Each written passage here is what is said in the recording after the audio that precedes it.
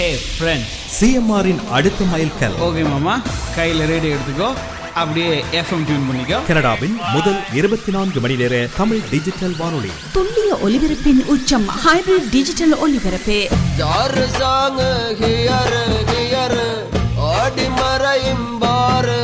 Okay மாமா, சிஎம்ஆரின் 24 மணி நேர Tamil hybrid digital வானொலி. கங்கை அமரன் அவர்கள் பேரை சொன்னாலே இவருக்கு அறிமுகங்கள் தேவையில்லை. பன்முக சிறப்பு திறமை கொண்டவர். ஒரு இசையமைப்பாளராக, ஒரு எழுத்தாளராக, ஒரு கவிஞராக, பல்துறை முகம் கொண்ட ஒரு இயக்குநராக, இப்படி தமிழ் சினிமாவின் பன்முக அடையாளங்களிலே அனைத்து துறைகளிலும் சிறந்து இருக்கக்கூடிய ஒருவர். எப்பொழுதும் மக்கள் மனங்களிலே அவருக்கென்று ஒரு தனி இடம் இருக்கின்ற ஒரு சிறப்பை நாங்கள் எப்பொழுதுமே கண்டு கொண்டிருக்கின்றோம். இப்பொழுதும் ஓயாமல் பல்வேறு சிறப்புகளோடாக உழைத்துக் கொண்டிருக்கின்ற ஒருவர், ஓயாமல் இயங்கிக் கொண்டிருக்கின்ற ஒருவர். அந்த வகையில் அவரை இந்த காலை காட்டிலே சந்திப்பதிலே நாங்கள் பெருமகிழ்ச்சி அடைகிறோம். முதலில் அவருக்கு வணக்கத்தை சொல்லி வரவேற்றுக் கொள்வோம். வணக்கம் திரு கங்கை அமரன் அவர்களே. நீலவான ஓடையில் நீந்துகின்ற வெண்ணிலா, நீலவான ஓடையில் நீந்துகின்ற வெண்ணிலா. வணக்கம் நேயர்கள் அனைவருக்கும் வணக்கம். சிஎம்ஆர் ஒலிபரப்பு என்ற ஒரு புதிய எஃப்எம் நிகழ்ச்சியில நான் பங்கு வரவில்லை. எனக்கு மிக்க மகிழ்ச்சி. அதே போல இப்ப கேட்டுக்கொண்டிருக்கக்கூடிய அனைத்து நேயர்களுக்கும் இனிய கிறிஸ்துமஸ் நல்வாழ்த்துக்கள் உங்களுக்கும் அனைவருக்கும். நிச்சயமாக நன்றி ஐயா. உங்களுக்கும் உங்களுடைய நத்தார்தன நல் வாழ்த்துக்களை தெரிவிப்பதிலே மகிழ்ச்சி அடைகின்றோம். அந்த வகையிலே உங்களை சந்திப்பதிலே மகிழ்ச்சி. தமிழகத்தினுடைய தமிழ் சினிமாவுடைய இசை அடையாளம் என்று சொன்னால் நிச்சயமாக அதில் நினைவில் நிற்கக்கூடியவர்களே நீங்களும் முதன்மையான ஒருவர். ஒரு கிராமிய இசை என்பதை ஒரு சிறப்பான ஜனரஞ்சகமாக வகையிலே மக்களோடு சேர்த்தவர்களே உங்களுக்கான ஒரு பணி ஒன்று இருக்கிறது. அன்றைக்கு இருக்கக்கூடிய இசைக்கான வசதிகள், தொழில்நுட்பம் என்பது வேறு, இன்றைக்கு இருக்கக்கூடிய இந்த தொழில்நுட்ப வசதிகள் என்பது வேறு. அன்றைக்கு அந்த சூழ்நிலையிலும் கூட ஒரு சாதனைக்குரிய விடயமாக பல திரைப்படங்களை செய்திருக்கிறீர்கள். அதாவது இது எல்லோருமே பல வேளைகளிலே கேட்கின்ற கேள்வியாகவே இருக்கும். இருந்தாலும் கூட எங்களுடைய நேயர்களுக்கும் இதை நாங்கள் தெரியப்படுத்த வேண்டும், உங்களுடைய குரல் வழியூடாக என விரும்புகின்றோம்.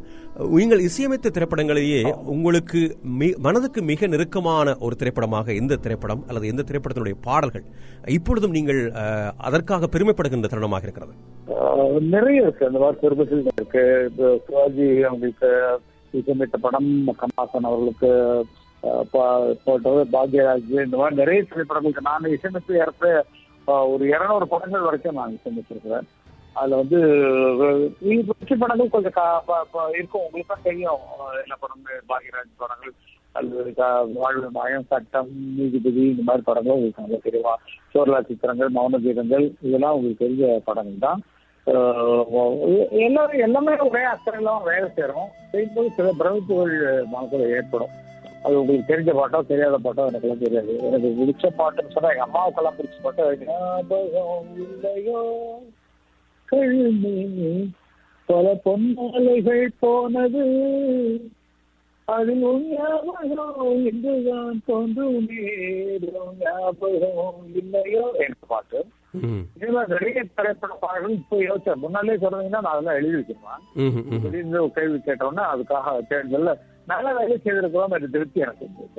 நிச்சயமாக. அதாவது நான் ஏற்கனவே கூறியது போலவே தமிழ் திரையினுடைய திரை இசை அடையாளங்களிலே என்று கவனிக்கின்ற பொழுது உங்களுடைய பங்களிப்பும் அந்த பணியும் எப்பொழுதும் எல்லோரும் கொண்டாடுகின்ற ஒன்றாகவே இருக்கிறது. வானொலின்னு எப்போ ஆரம்பிச்சது? சிஎம்ஆருடைய வானொலி பயணம் என்பது, ஆமாம், இது எங்களுடைய வானொலி 10 ஆண்டுகளுக்கு மேற்பட்ட ஒரு சிறப்பான பயணத்தை கொண்டிருக்கின்றோம். இதற்கு நான் கேட்கிறேன், தமிழ் சேவை அப்படின்னு சொல்லிட்டு ஆளுமா டோலுமா சேலக்கடி மாலுமா வேஷ்டி கழிச்சுன்னு போட்டு போமான்ற மாதிரி இது தமிழ்னு சொல்லி நீங்க போட்டுட்டு இருக்கீங்க. அந்த மாதிரி பாடலாம் நீங்க என்கரேஜ் பண்றது உங்களுக்கு சந்தோஷமா இருக்கா?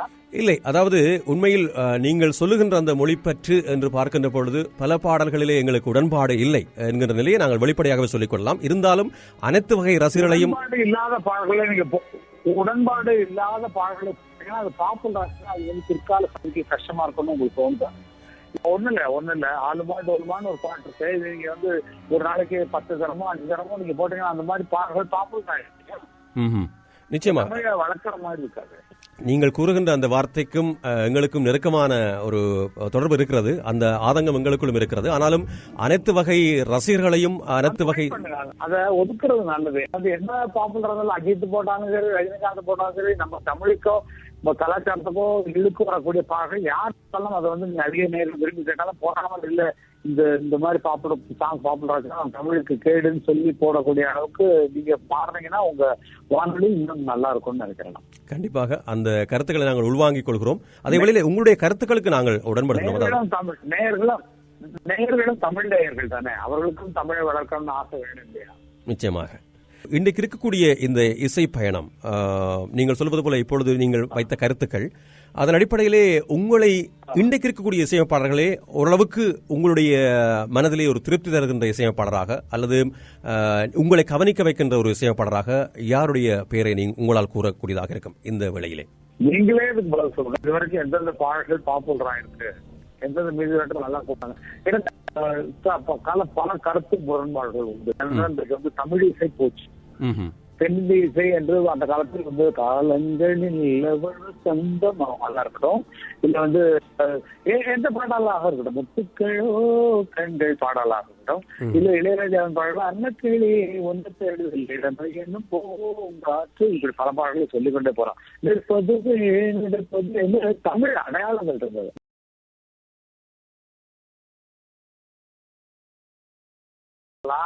அப்படின்னு சொல்லி கேட்ட காலங்கள் போய் இன்னைக்கு வெஸ்டர்ன் மியூசிக் தானே கேட்டுட்டு, ஆங்கில இசை தானே கேட்டுக்கொண்டிருக்கோம். இன்னைக்கு இருக்க சின்ன பிள்ளைங்க எல்லாமே ஆங்கில இசை அது போறாங்களே தவிர மற்றபடி எல்லாமே ஃபோக் சாங்கா இருக்கு. ஒரு நல்ல ஹீரோ அஜித் அவ்வளவு பெரிய ஆளு, அவர் வந்து ஆளுமா டோலுமான்னு ஆடுறதெல்லாம் இவங்களுடைய சூழ்நிலை இருக்கும்போது எந்த முன்னேற்றம் நான் போய் சொல்றது நல்லா பண்றாங்க. ஏறாமா கொஞ்சம் தரமா இருக்கு, ஏறாமாவுடைய மியூசிக் கொஞ்சம் தரமா இருக்கு. உங்களுடைய புதியவர்கள்ட்ட ஒரு 10 பாட்டு போட்டாங்கன்னா ஒரு பாட்டு நல்லா இருக்கும். நிறைய ஹிட்னு சொல்ல முடியாது. அந்த படங்கள் பிடிச்ச உடனே அந்த படம் தியேட்டர் விட்டு போனோடனே பாடல்களும் மனதை விட்டு போகுது. கண்ணதாசனோடு இணைந்து பணியாற்றிய அனுபவம், அதாவது அந்த நேரங்கள் மறக்க முடியாது என்று கூறியிருந்தீர்கள். எங்களுடைய நேர்களுக்காக நீங்கள் கண்ணதாசனோடு இணைந்து பணியாற்றிய ஒரு அனுபவத்தை, மறக்க முடியாத ஒரு அனுபவத்தை எங்களோடு பகிர்ந்து கொள்ள முடியுமா இந்த வேளையிலே? அதை பத்தி சொல்லணும்னா நான் நிறைய சொல்லிக்கொண்டே போகலாம். மிக மிக ஆழமான கருத்துக்கள். ஒரு சிச்சுவேஷன் சொல்லணும்னா அந்த சிச்சுவேஷனுக்கு அந்த கதையோடு சேர்ந்து ஒரு நாள் இரவு பகல் போல் நிலவு கனவிலேயே கதை வந்துருக்கும். போனால் போகட்டும் போடாவா இருக்கட்டும், மற்ற எந்த தப்பு கல்லெல்லாம் மாணிக்க கல்லாகுமா அப்படி அந்த பாடல்கள், பல பாடல்கள். எனக்கு அனுபவம் என்னன்னா, ஜி.கே. வெங்கடேஷ் அவர்களோடு நாங்கள் பணிபுரிந்து கொண்டிருந்த போது நான் கண்ணதாசன் அவர்களிடம் உதவியாளராக செய்ய வேண்டும் என்று ரொம்ப விரும்பி கேட்டேன். ஜி.கே. வெங்கடேஷ் அவர் இந்த கண்ணதாசன் உதவியாளராக சேர்த்து விட்டாரே தவிர அங்க போய் நம்ம சிந்தனைகளை வேடிக்கை தான் பார்க்க முடியாது தவிர அவருடைய பாடலை வாங்கி எழுதுறதுதான் எங்களுக்கு பணியா இருக்கு. அது அவர் சொல்ல மற்றவர்கள் எழுதி கொண்டிருப்பார்கள், அவ்வளவுதான். அதில் நம்ம ஒவ்வொரு வார்த்தை சொல்வதோ உதவியாளர் வந்து வேற வேலை செய்வதோ அதுக்கான சந்தர்ப்பங்கள் கிடைக்காது. ஆனால் இசையமைப்பாளராக மாறிய பின் அவர்களுடைய பெரிய நெருக்கங்கள் எங்களுக்கு ஏற்பட்டது. அண்ணன் இளையராஜாக்கும் எங்களுக்காக நிறைய பாடல்கள் அவர் எழுதி கொடுத்துட்டார். நிறைய பாடல்கள் அவரோட ஆயிரம் மலர்களே மலருங்கள் அமுத கீதம் பாடுங்கள் காதல் தேவன் காவியம் நீங்களோ நாங்களோ நெருங்கி வந்து சொல்லுங்க. இதா இருக்கட்டும், நல்ல மங்களகரமா எடுத்து பாருங்க. ஒளிமயமான எதிர்காலம் என் உள்ளத்தில் தெரிகிறது. அவளுக்கு கேட்டீங்கன்னா லாஸ்ட் லைன், குங்குமச்சி விழே குடும்பத்து விளக்கே குலமகளே வருக எங்கள் கோவிலில் வாழும் காவல் தெய்வம் கண்ணகியே வருக மங்கள செல்வி அந்தையர் கண்ணி திருமகளே வருக வாழும் நாடும் வளரும் வீடும் மனம் பெறவே வருக. இந்த மாதிரி சொல்லலாம் கேட்டு எத்தனை ஆண்டுகள் ஆச்சு. மங்கள சொற்கள், எவ்வளவு அருமையான சொற்கள், மங்கள சொற்கள் எல்லாமே. இன்னைக்கு வெட்டுறாவளை குத்துறாவளன்றா, அவளை போட்டு அடிக்கிறா, அப்புறம் இப்ப எவன்டா அவனை பத்தி அவளை கையில் கிடைச்சா சேர்த்தான், இந்த மாதிரி பாடல்களா போய் கொண்டிருக்கிற கேவலமான சூழ்நிலையில் நம்ம எல்லாம் உட்காந்துருக்கோம். அந்த பாடல்களை நினைக்கும் போது வாலியுடைய பாடலும் சரி, கண்ணதாசன் ஐயாவோட பாடலும் சரி, எவ்வளவு தமிழுக்கு உயிர் கொடுத்தது அப்படிங்கறத நம்ம எல்லாம் மறந்துட்டு இன்னைக்கு விளையாட்டா ஆளுமா தோல்டுமா தெரியுமா ஆளுமா வெற்றி கறிச்சின்னு கழட்டி போட்டு போவோமா. என்னது அது? என்னது தமிழ்? எதை வளர்க்குறீங்க நீங்க? யாரும் சொல்ல முடியும்? அந்த மகாத்மா வளர்த்த தமிழை இப்படி குப்பையில போட்டுக்கிட்டு இருக்கீங்களே, அதை என்கரேஜ் பண்ணிட்டு இருக்கீங்களா? இதெல்லாம் என்ன காரியத்துக்கு வரும் எனக்கு தெரியல. எவ்வளவு இழந்திருக்கோம் தெரியுதா உங்களுக்கு? நிச்சயமாக எவ்வளவு இழந்திருக்கோம் தெரியுதா உங்களுக்கு? தெரியுதா? எங்க நெஞ்சிருக்கும் எங்களுக்கும் நாளை இந்த நாளிற்கு வாழ்வே தீருவோம். இங்கே கால் போகும் போகவிடு, முடிவை பார்த்து விடு, காலம் ஒரு நாள் கை கொடுக்கும், அதுவரை பொறுத்து விடு. இருக்கு, நிறைய பாடல்கள் இருக்கு. இந்த மாதிரி உற்சாகம் நான் வந்து இது மாதிரி இருக்கணும்னு நான் சொல்லல. கொஞ்சம் ஓரளவு தமிழை காப்பாற்றக்கூடிய அளவுக்கு இன்றைக்கு இருப்பவர்கள் செயல்பட்டால் கொஞ்சம் மகிழ்வு வருவோம். அது எல்லாம் இந்த மாதிரி டப்பா சாங்கு அதெல்லாம் வரதுக்கு பார்க்கும்போது கொஞ்சம் ரொம்ப கஷ்டமா இருக்கும். நாங்களாம் சினிமாவில் இத்தனை வருஷமா இருக்கும், 70ல இருந்து இன்னைக்கு வரைக்கும் இருக்கோம்னா 70 30 15 45 வருஷமா சினிமாவில் நாங்க வாழ்ந்துட்டு இருக்கோம். நாங்க கொண்டு வந்து இதுக்கு இப்ப நீங்க கேட்கறதுக்கு எவ்வளவு கஷ்டமா இருக்குன்னு உங்களுக்கு புரிஞ்சா எனக்கு சந்தோஷம். கண்டிப்பாக இல்ல இளைஞர்களுக்கு தேவை அப்படின்னு சொல்லி விட்டீங்கன்னா போங்க. இல்ல நிச்சயமாக உங்களுடைய வார்த்தைகள் நெஞ்சில் ஒரு ஈர்ப்பை தருகின்றதுதான். அந்த கருத்துக்களுக்கும் எங்களுக்கும் நிச்சயமாக உடன்பாடு இருக்கிறது. எங்களுடைய மொழி, அதை நாங்கள் காப்பாற்றிக் கொள்ள வேண்டும். அதை அதாவது இருக்கக்கூடிய ஆங்கில மோகமோ அல்லது இன்றைக்கு இருக்கக்கூடிய கலாச்சார மோகங்களாலோ அந்த மொழியினுடைய சிறப்பை நாங்கள் அழிந்துவிட அனுமதிக்க முடியாது என்பதிலே ஒரு இனமான உணர்வோடும் சரி அதை நாங்கள் பார்த்து கொண்டிருக்கின்றோம். அதில் கவனம் செலுத்திக் கொண்டே இருக்கின்றோம். இலங்கை தமிழ் நண்பர்களுடைய தமிழ் மிக பிடிக்கும், மிக பிடிக்கும். அது அளவில்லை, அந்த அளவுக்கு அற்புதமா எனக்கு பிடிக்கும். ஆனால் அவங்க வீட்டில் இருக்க குழந்தைங்க தமிழ்னு சொல்லும்போது கஷ்டமா இருக்கு. கனடா வந்திருந்தா, நாடு வந்தா, அந்த குழந்தைகள் அங்கே வளர்ந்த காரணத்தால் தமிழ் சொல்லிட்டு இருக்காங்க இல்லையா? அது பின்னால வர சப்ஜெக்ட் நம்ம என்னன்னா வெளிநாடு போய் தஞ்சமாகி அங்க போய் நம்ம ஒரு படாரோமா காரு பங்களான்னு நம்ம வசதியா இருந்தாலும் நமது மக்களுக்கு அந்த தமிழை கற்றுக் கொடுக்கணும்னு ஒரு ஆசைப்படுறோம். அந்த தமிழ் ஈழம் அப்படின்னு சொல்றோம், தமிழ்நாடு சொல்றோம், எல்லாமே சொல்றோம். நமக்கு மக்கள் எல்லாம் விட்டு குழந்தைகளை வந்து தமிழ் நிறைய பேர் வருத்தமா இருக்கு. அந்த ஊர் திருவிழாக்கு எப்ப போனீங்கன்னா இங்க very crowd very hardly Sri Lanka அந்த இந்தியா அப்படின்னு சொல்லும்போது நீ பிறந்தது இந்த ஊர் தானே, இந்த ஊரை எப்படி எடுத்துட்டு போவ? ஒரு ஒரு சின்ன ஒரு பூஜைக்கோ இதுக்கோ அந்த திருவிழாக்கள்லயோ கலந்து கொள்வதற்கு நான் வந்து தமிழ்நாடையும் சொல்றேன், உங்களையும் சொல்றேன். தெரிஞ்சு என்னன்னா அந்த குழந்தைகள் ஒன்றும் இல்லைங்க, இப்ப வந்து டேடி மம்மின்னு கூப்பிடலாம் ஆசை இருக்கு. அப்படின்னா சொல்றாங்க, அப்பா அம்மான்னு கேட்டு இவ்வளவு நாள் ஆச்சு. அதுக்காக நீ பாடணுங்கிறது இல்ல, நாடு மாறிக்குது, நீங்க மொழியை மாற்றுவதால் நீங்க பெரியாரு நடத்திட்டு இருக்கோம். நம்ம எல்லாம் எங்க தமிழ்ல இருக்கக்கூடிய தமிழ்நாட்டில் இருந்து வெளிநாட்டுக்கு சென்ற நண்பர்களும் சரி, ஸ்ரீலங்காவில இருந்து வெளிநாட்டுக்கு சென்ற நண்பர்களும் சரி, நம்ம குழந்தைகளை ஆங்கில முறைப்படி வளர்த்து கொண்டு இருக்கிறோம் என்ற வருத்தம் எனக்கு உண்டு. நிச்சயமாக அந்த கருத்துக்களை கேட்டுக்கொண்டிருக்கிற நேயர்களும் நிச்சயமாக உள்வாங்கிக் கொள்வார்கள். ஏதோ ஒரு வகையில் ஒரு சிலருக்காவது அந்த மனதிலே நீங்கள் சொல்கின்ற விடயங்கள் ஒரு மாற்றத்தை, ஒரு கவனத்தை தரமாக இருந்தால் அது எங்களுக்கும் மகிழ்ச்சியான விடயம்தான். கண்ணதாசன் அவர்களை பற்றி கூறுகின்ற அதே வேளையிலே அவரை பேசுகின்ற பொழுது இன்னொருவரை பேசாமல் விட முடியாது, வாலி அவர்கள். அது பற்றிய உங்களுடைய வார்த்தைகளை வந்து அவரை பத்தி நிறைய சொல்லணும். அவர் வந்து அதே மாதிரிதான் தமிழுக்கும் சரி, அதே நேரத்தில் இப்போ கண்ணதாசன் ஐயா எழுதினாரு நிறைய ஐட்டம் சாங் சொல்லுவாங்க இல்லையா? ஐட்டம் சாங்னா தெரியுமா உங்களுக்கு? தெரியும், வந்து கவர்ச்சி நடிகைகள் அந்த மாதிரி பாடல்களையும் இலக்கிய தரமா எழுதுறவங்க. நான் பாப்புலர் சொல்றேங்க, இந்த மாதிரி பாடல ரொம்ப எளிமையா கொடுத்தவங்க அவங்களாம் நிச்சயமா சொல்லலாம், அவங்களாம் மறக்க முடியாது. வாலி அண்ணா பொறுத்த வரைக்கும் என்னன்னா, வாலி அண்ணா கவிதைகள்ல சரி, கண்ணதாசனையும் சரி, இவங்களும் சரி, இந்த கவிதைகள் தனிப்பட்ட முறையில புராணங்கள் விகாசங்களை வச்சு எழுதக்கூடிய விஷயங்களும் சரி, மிக தீர்க்கமாக அற்புதமாக அந்த அர்த்தமிழந்தெல்லாம் கண்ணதாசன் அவர்களுக்கு மிக. அதே மாதிரி கிருஷ்ண விஜயம், கிருஷ்ணன் பற்றி எழுதிய நிறைய தனித்தொடர்கள் வாலி அண்ணாட்ட நிறைய உண்டு. நிறைய திரைப்படங்கள் சாதிக்க முடியாத தனி எழுத்துக்களால் சாதிச்சவங்க அவங்களாம். ஐயோ திரைப்படங்கள் எழுத முடியல, ஒண்ணும்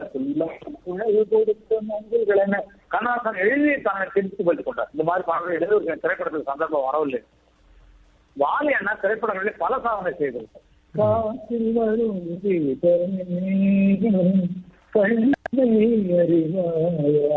பாட்டு சரி நிறைய கண்ணனோடு கை குழந்தை கண்கள் சொல்லும் போந்தவிதம் கண்ணம் சிந்தும் தேனமுதை கொண்டு செல்லும் என் மனதை அப்படின்னா பாட்டு ரொம்ப அற்புதமான வரிகளை கொடுத்தோம்.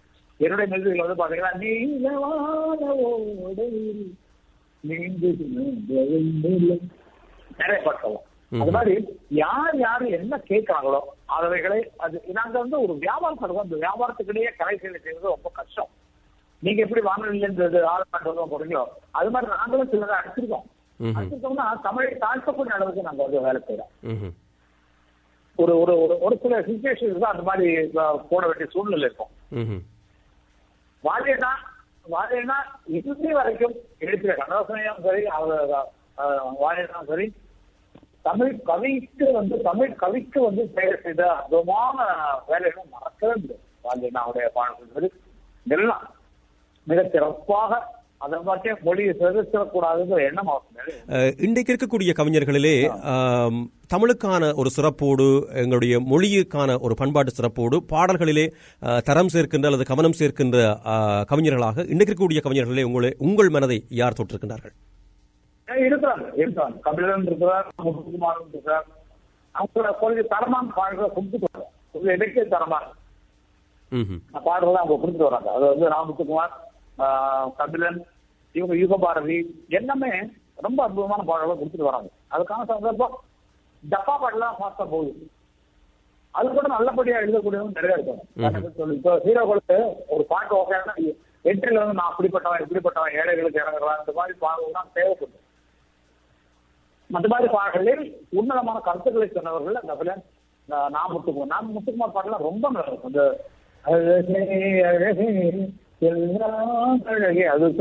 அந்த மாதிரி நிறைய பாடல்கள் அவங்க கொடுத்து. அதுபோலவே தங்க மீன்கள் திரைப்படத்திலும் இருந்து ஜுவன் சங்கர் ராஜாவின் இசையிலே ஒரு பாடல் எழுதியிருந்தார். அந்த பாட்டு தான் கேட்டேன். அது என்ன பாட்டு? தங்க மீன்கள் திரைப்படம். ஆனந்த யாழை மீட்டுகிறாய், ஆனந்த யாழை மீட்டுகிறாய்,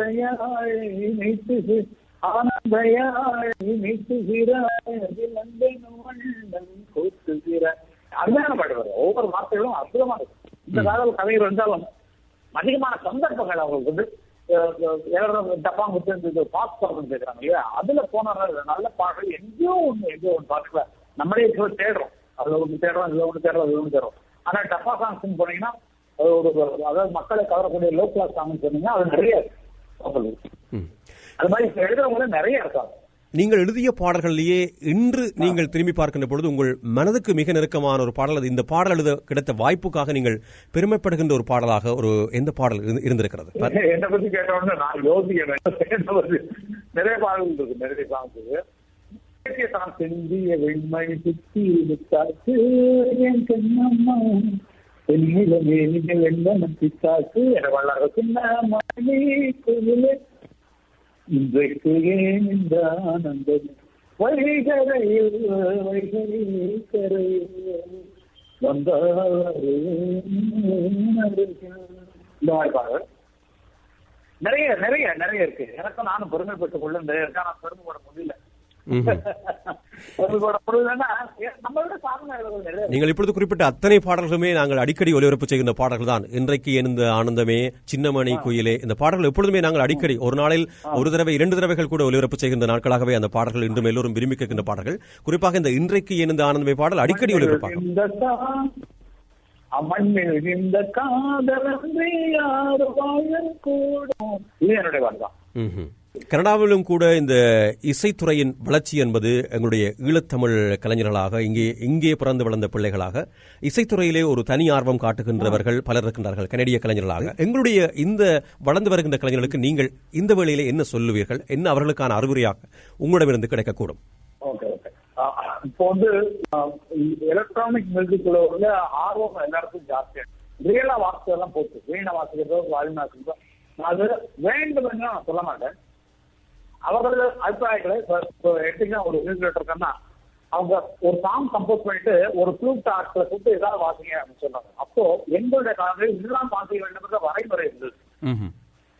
இப்போ ஃப்ரீடம் அப்படின்னு சொன்னாங்க. ஆனால் வந்து இன்றைய இளைஞர்கள் அந்த இன்ஸ்ட்ருமெண்ட் இந்த எலக்ட்ரானிக் இன்ஸ்ட்ருமெண்ட்ல ஈடுபட்டாலும் வெஸ்டர்ன் காஸ்ட் நிறைய தெரிவித்தாலும் அதற்குள்ள இளையோடுற நமது அடையாளங்களை காட்டிக் கொண்டே போகணும். ஒரு பாட்டை இங்கிலீஷ் பாட்டு மாதிரி போடுறத விட, அது வெஸ்டர்ன் மியூசிக்கா போறத விட நமது தமிழ் அடையாளங்கள் உள்ள நீங்க என்னென்ன பண்ண முடியுமோ அந்த மாதிரி உள்ள பண்ணலாம் அப்படிங்கிறது என்னுடைய அறிவுரைன்னு சொல்லலாம். சரி, இனிமேல் நம்ம இசையை அழிக்கக்கூடிய வேலைகள் நம்ம இருக்கக்கூடாது. பல பேர் நல்ல மாடனா போடுறாங்க, மாடனா வருது. இப்போ இதுவரை உண்டான கனவு பறித்திடும் நாளை தேடிடும் பாடுகை கரையோ, இது மாடத்தான் தான். அப்ப நம்ம ராகம் தெரியுது. அதுக்குள்ள நான் சொல்ற உதாரணம் தான். நம்மளுடைய ராகம் தெரியுது, நம்மளுடைய சவுத் இந்தியன் ராகம் தெரியுது. நம்ம தமிழர்களாக உருவாக்கக்கூடிய தமிழ் பாடல்களை ரேப்பெல்லாம் வந்துட்டு ஒரு சில பாடல்களுக்கு உபயோகப்படுத்திக் கொள்ளலாம். ஏதாலும் நல்ல மெலடி சாங், நம்மளோட ராகங்கள் தெரியக்கூடிய வெஸ்டர்ன் ஆர்கஸ்ட்ரேஷன் சிம்பிள் மாதிரி கூட போடும், சிம்பிள் மாதிரி கூட உங்களுக்கு பேக் போகலாம். ஆனால் பாடல் உள்ளே நம்மளே அடையாளம், நம்ம துணி வச்சுக்கிறோம், கொண்டு வச்சுக்கோமே, அந்த அடையாளம் வேற எங்க இல்லைங்க. இந்தியாவுக்கும் நம்ம ஸ்ரீலங்காவுக்கும் அந்த விஷயங்களை கொஞ்சம் அதனால ஃபுல்லா கிளாசிக்கலா இருக்கணுங்கிறது இல்லை. நமது அடையாளங்கள் நம்ம தாத்தா பாட்டியை கொஞ்சம் கொஞ்சம் நினைவுபடுத்தி நான் இவங்களோட சேரேன், நான் இந்த பரம்பரையில வந்து காட்டிக்கொள்வதற்காக அந்த அடையாளங்களை இப்பவே எடுத்துக்கிட்டாலும் நல்லது. என்ற பின்னால இது ஒரு வெஸ்டர்ன் சாங், இது ஒரு வெஸ்டர்ன் சாங், இது வந்து அரசுல வந்து சாங் மாதிரி மற்றவர்களை தொடாமல் நமது சுய சிந்தனைகளோடு வேலை செய்தால் நிச்சயமாக வித்தியாசமான இசை உலகில் அவர்கள் புகுந்து வரலாம். நிச்சயம். இன்று உங்களுடைய பேச கிடைத்ததிலே நீங்கள் வெளிப்படுத்தியிருக்கின்ற இந்த மொழி மீதான ஆர்வம், எங்களுடைய மொழியை சிதைத்துவிடக்கூடாது, அதன் தனித்தன்மையை எப்பொழுதும் எங்களுடைய கலாச்சாரத்தை, பண்பாட்டை, எங்களுடைய மொழியின் சிறப்பை பேணிக்கொள்ள வேண்டும், அதற்காக நீங்கள் வெளிப்படுத்திய அந்த கருத்துக்கள், ஆதங்கமான ஒரு உரிமையான கோபங்கள் எல்லாமே மனதுக்கு நிறைவை தருகின்ற ஒன்று. கேட்டுக்கொண்டிருப்பவர்களிலே பலருக்கும் அந்த ஒரு ஈர்ப்பு நிச்சயம் அதனோட தாக்கம் புரிந்திருக்கும் என்று நாங்களும் நம்புகின்றோம். அப்படியான வார்த்தைகளை உங்களிடம் கேட்டதிலும் எங்களுக்கு மகிழ்ச்சி. மேலும் தொடர்ந்து கொண்டிருக்கும் கலைப்பயணத்திலே நீங்கள் தொடர்ந்தும் சிறப்பான இடங்களை, வெற்றிகளை பெறுவதற்கு உங்களுடைய வாழ்த்துக்களையும் கூறுகின்றதிலே ஒரு நல்ல நாள், கிறிஸ்துமஸ்